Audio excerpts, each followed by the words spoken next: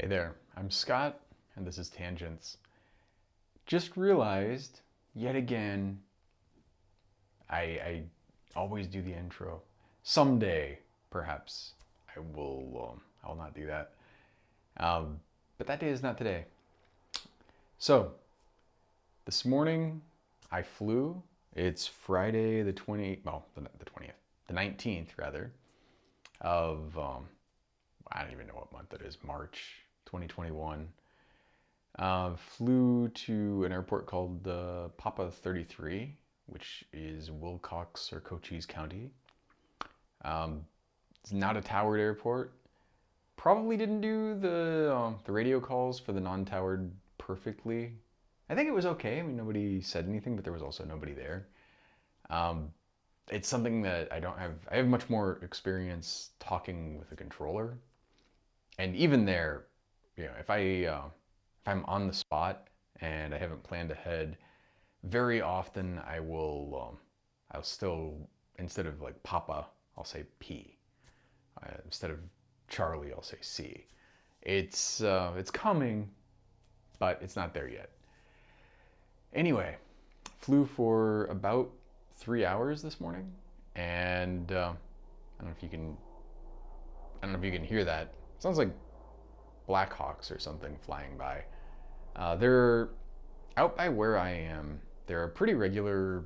I assume they're military flights, and they are not on ADS-B, which I assume is just standard for military. But it's a little annoying because they're basically invisible if that's how you're looking for stuff. If you're on like FlightAware or one of these, they use this ADS-B system, which is actually really fucking cool when it works.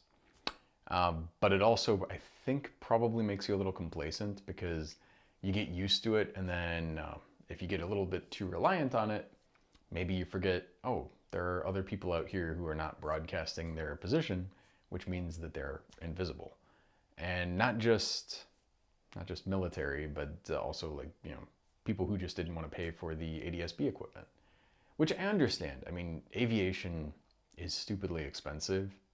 It's aside from just being like a crazy waste of gas, and it is that, it's just dumb how expensive it is. And it's one of these things like I don't know. Uh, Chrissy Teigen. This is a weird tangent, but Chrissy Teigen today tweeted something about how we should all aspire to one day trip when we're getting into our own private jet, because President Biden tripped getting into his private jet, which I'm not even going to get into the whole, like, some of the same people who were very picking on it. And I'm not in any way, I want to preface this, not in any way saying positive thing about Trump. But it's funny how some of the same people who were totally ripping Trump a new asshole for doing that, because they're on the blue team, their guy does it, and it's like no big deal. Yeah. And I'm not saying it's a big deal either way, but it's definitely, I think in both cases, these are older gentlemen. Gentlemen's maybe a stretch, but they're older people. They're probably a bit impaired. I think that's, I think that's fair to say. I think looking at either one of these men, which is also maybe a stretch, looking at either one of these people, I was going to say humans, but I don't even want to say that. These guys, that's maybe too generous still. But looking at either of them, I think there's some cognitive decline. And I don't think I'm just being an asshole or, like being hyper picky.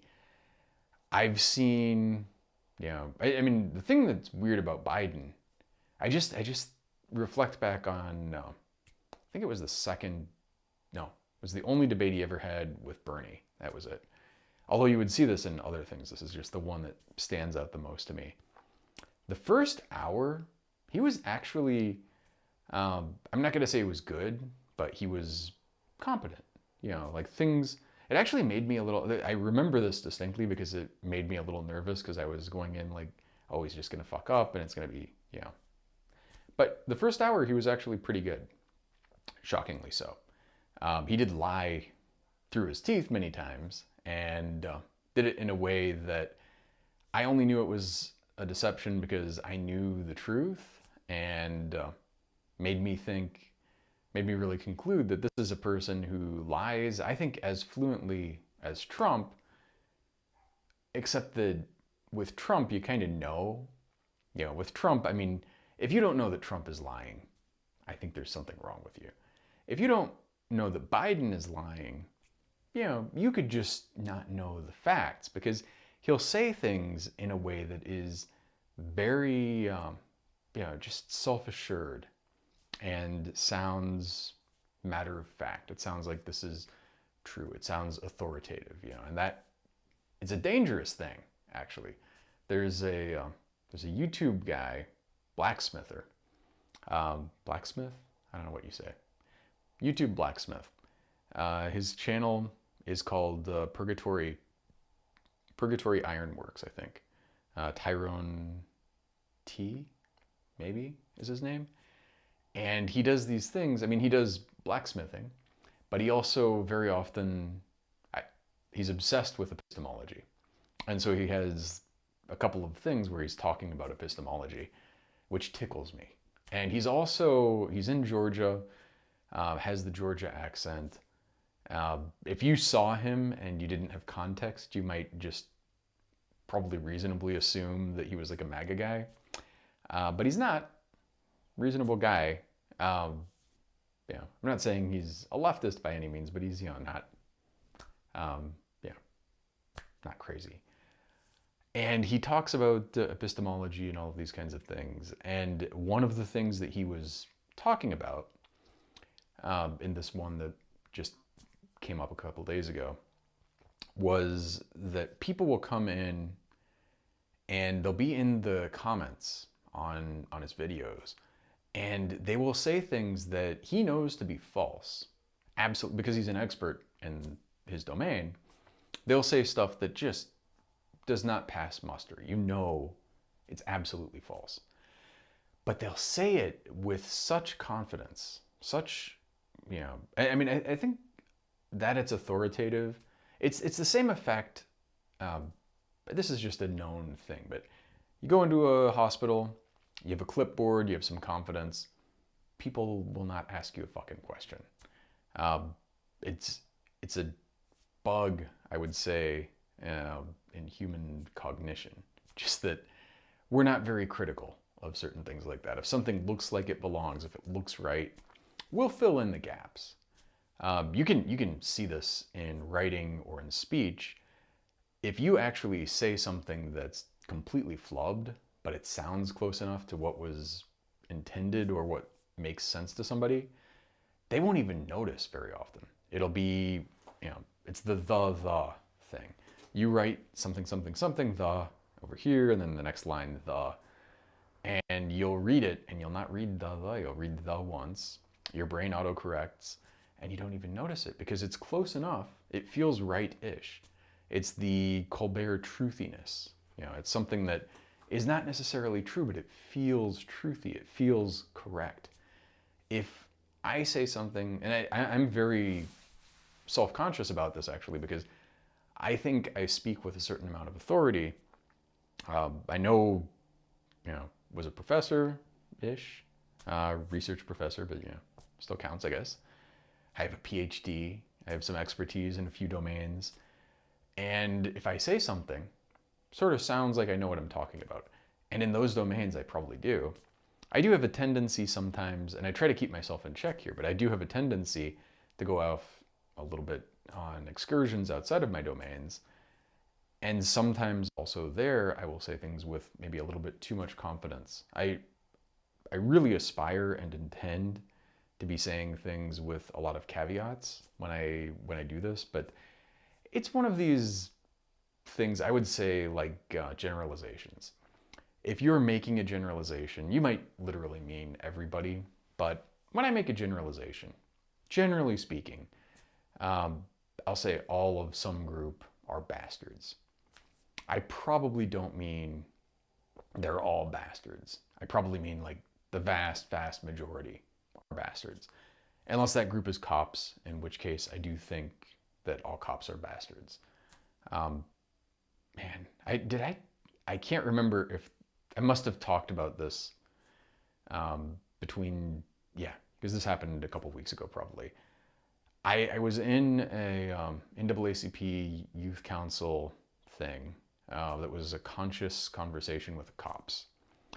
And the idea here is that it's kids, mostly like high school age kids, some a little bit older, like young college age, some a little bit younger, but basically high schoolish. And they're talking with cops. And the cops, and I've been to a bunch of these things. I've been a youth advisor for this for, basically since, at some point, I think in the distant past it existed, then it fizzled out, and then they rekindled it.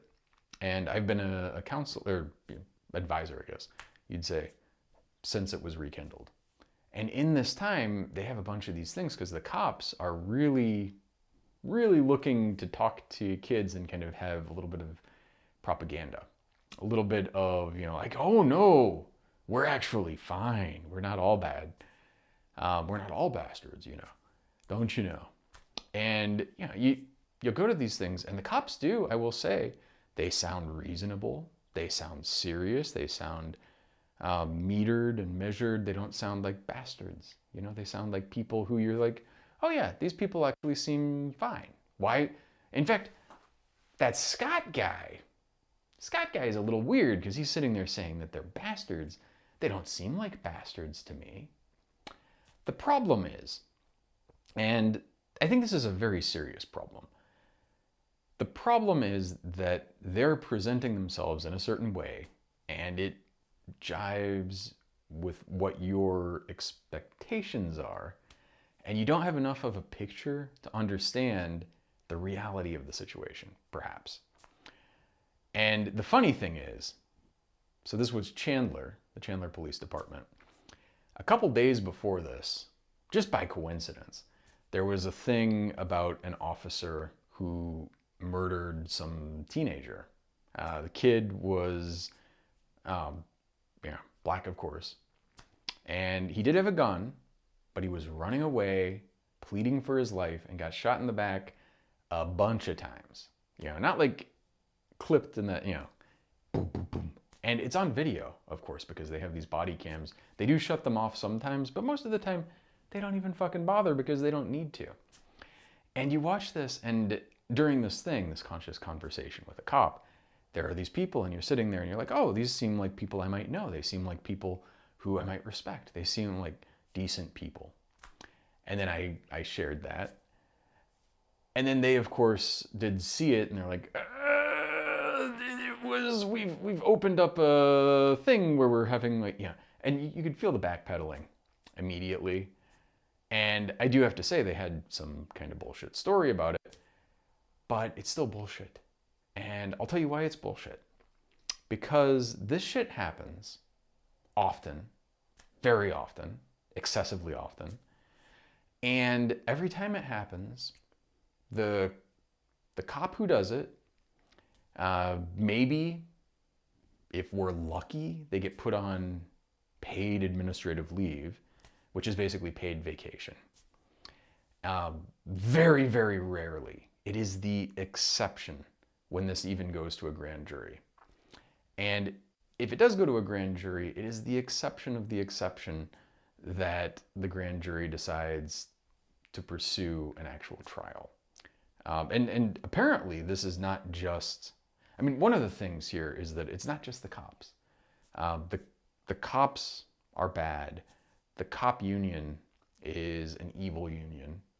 I hate that they're even called a union because I'm like 99% pro-union.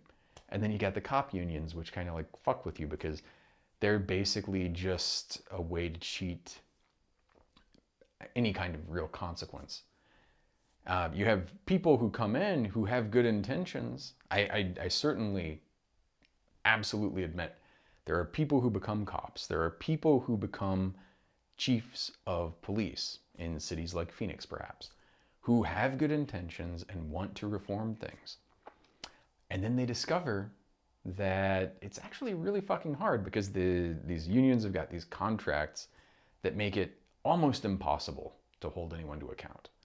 And nobody wants to blow up the police force because, really, which I think is what you need to do. You need to do a hard reset, like essentially eliminate police as you know it, as we know them. Reconstitute them perhaps in a very limited capacity to the extent that it's necessary, which also, I'm not sure that it's that necessary. People do get hung up on stuff, like some white supremacist asshole went to a few massage parlors and murdered a bunch of people very recently. They were Asian, and he was white dude, of course. And, I was like, well, this is a guy who basically the same day, I think, bought the gun, which incidentally in the same place, you can't register to vote and then vote the same day. But you can get a gun. You can get a murder remote control. He did this, he kills people, and then a bunch of people are reacting to it, and one of the reactions is, oh no, we need more police. The fuck you do. The cops don't do a damn thing about this stuff. You could even, this is the thing, it's an illusion that they actually provide any kind of protection. First off, and you're welcome to look these statistics up, but 95% in basically every department of the stuff the cops do has nothing to do, like no need for a gun or an armed person. And it's also probably stuff that they're not trained or qualified to do. And then of the 5%, because 5% sounds like, okay, maybe we just eliminate all of this stuff and like, okay, we'll have social services and all of it. And you have the 5%. Even the 5%, when you start drilling down into it, for the most part, the cops are not improving the situation. One particular thing that annoys the shit out of my mom, because she lives in LA, they have these hot pursuits very often, ridiculously often. She says basically daily. I don't know if it's quite daily. I've not looked at the statistics, but it's often enough. And they will chase somebody down the freeway, cause a shit ton of damage. And they do have cop copters, so they can follow them without having somebody there. But they'll pursue them on the road. Often do property damage, put people at risk, sometimes injure and kill people who are just innocent bystanders. And they basically cause a net negative effect. They're not really helping the situation. Now, I'm not saying you just let people run rampant and do this kind of stuff, but you might have some investigations and stuff happening after the fact to get people like this. If you did that, then maybe the cops would do more. But the thing is, most of the investigations that they do, they're not really trained for. They've over the decades, they've sort of whittled down the investigative portion. And as they've done that, they've really beefed up the sort of enforcement. We're going to have, the paramilitary vehicles and body armor, all this kind of shit. This was another thing that the cops talked about, incidentally, was that, oh, well, all of those super expensive military surplus things, they're not things we're paying for the most part. We're getting them donated. And yeah, okay, they're getting donated, which is not always true, incidentally, but to the extent that they're getting donated, the operating costs on a lot of these things, the maintenance, all of this kind of stuff, they're still paying for. We are paying for it because it's tax money. And it's insane, fucking crazy how much money they get for this shit, how much money they spend on this shit. And again, 99.9 whatever the fuck % of the time, not necessary. It's not doing anything. It's not something that's actually, really should be done. There's no excuse for it. The only excuse for it is that we have this ridiculous military-industrial complex that churns out so much crap, mostly to just act as kind of a federal jobs program. Except instead of like a federal jobs program, which is building infrastructure or doing things that are actually investments, they're just making shit, or paying private companies rather to make shit that goes out to a boneyard. I mean, the famous cases are literally tanks coming off the line, and then they go out and just park in the desert and sit there and rot. But this is not the only case. I mean, we'll put them into service, and then we have so many of them that the Pentagon doesn't even want, that they end up having the surplus, and then the surplus has to go someplace. So let's just scatter them around the country and militarize the police. So, yeah. I have to say, I mean, I'm thinking about a bunch of stuff here. I'm gonna try to converge relatively quickly on the topic that I wanted to get on. I've kind of skirted it unintentionally, but the topic for today is essentially, and I've actually lost the word, but dismissing people, being dismissive. And when I say this, I spend a lot of time on Twitter. It's probably my current focus of social media. For a while I was on Facebook, even when I knew how bad Zuckerberg was. I've since gotten off of that. I do miss some people who are on there, but it's just, terrible place. So I'm on Twitter now a lot, and I talk to people. And one of the things that comes up every once in a while is how much of, I don't know, somebody will come in and say something. And I pretty quickly sift out, for the most part, not 100% on this, but decently good. I sort out, like, is this person honestly asking the question, or are they just trolling and they're full of shit? Sift that out. More often than not, the latter category, unfortunately. When they're in the former category, and just in general, I start out with, I try to be very open, very understanding, very calm, very, just dispassionate, if you will. And we're having a conversation. That's where I'm starting, by default. And if I meet a new person or encounter them online, that is my default position. The problem is that very quickly I see that they're full of shit, or they're asking questions. I'm just asking questions. You see that they're steering the conversation in a certain way. They're trying to make a case for something that's not really defensible. They're doing stuff that I consider to be just bad faith argumentation. And they do this, and then I drop the fucking hammer on them very often. And I do this primarily because I've gone down this road many, many times. Some listeners actually have direct personal experience with me doing this.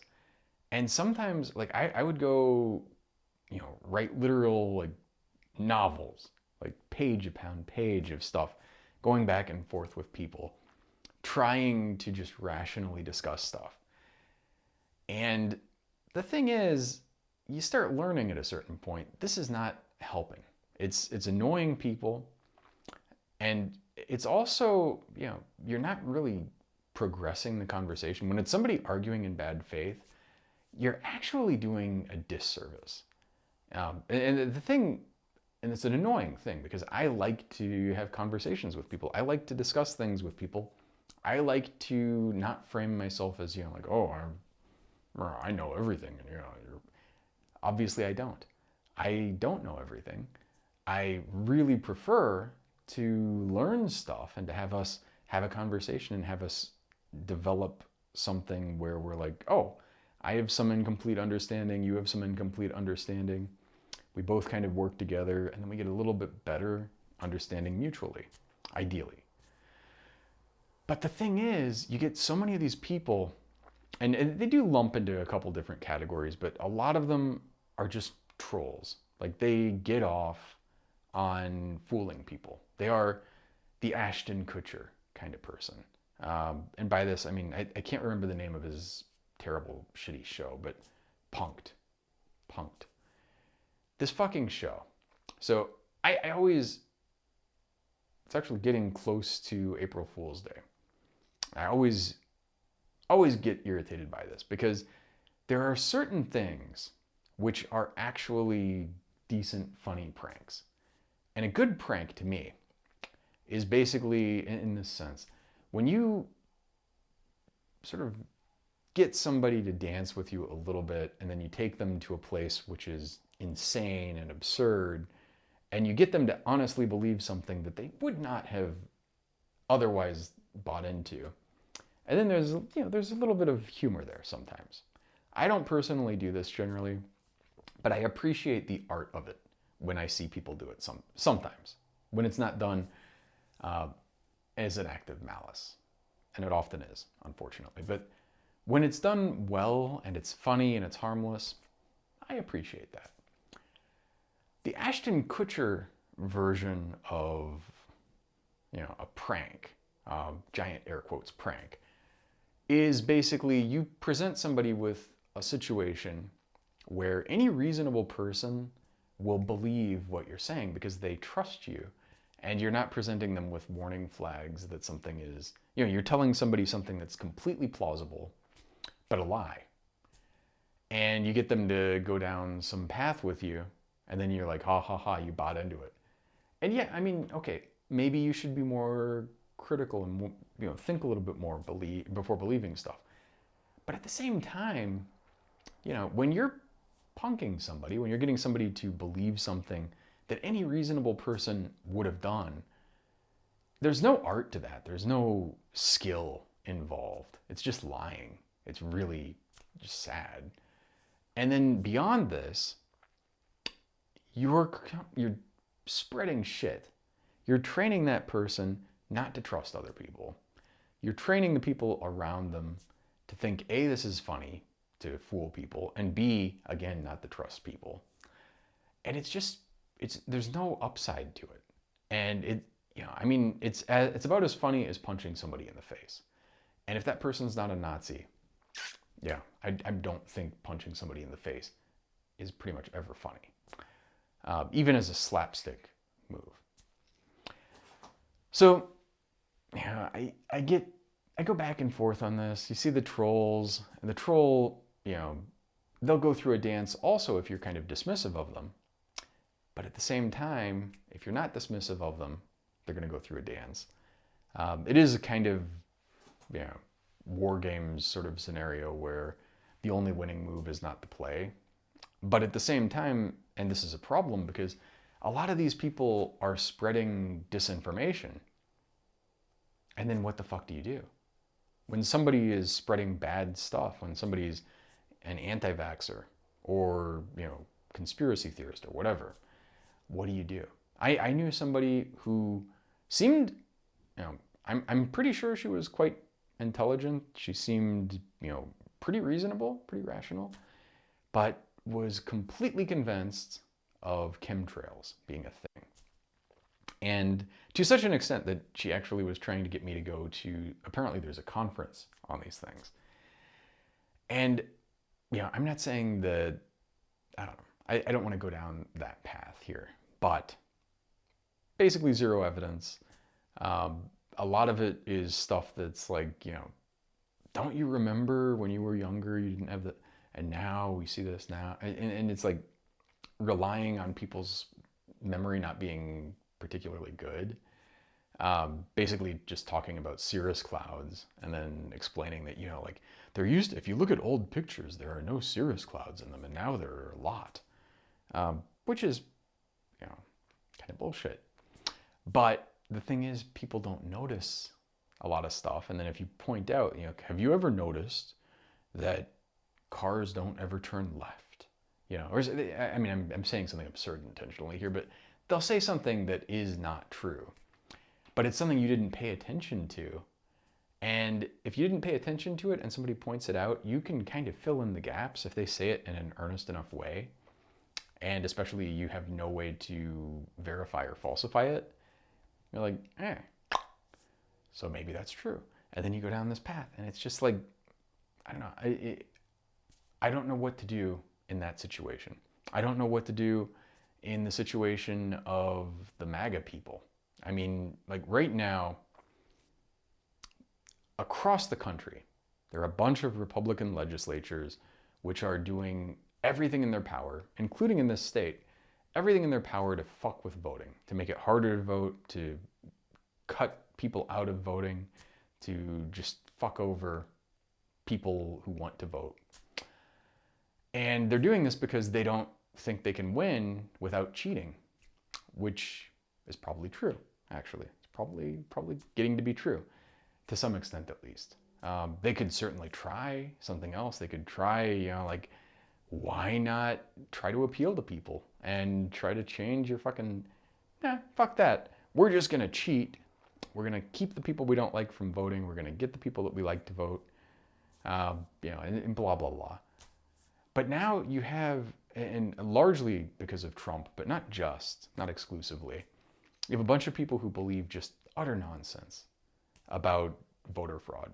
In terms of, every time there's an investigation about voter fraud, it turns out that there are, they come out with like single digit kind of numbers out of a population of millions.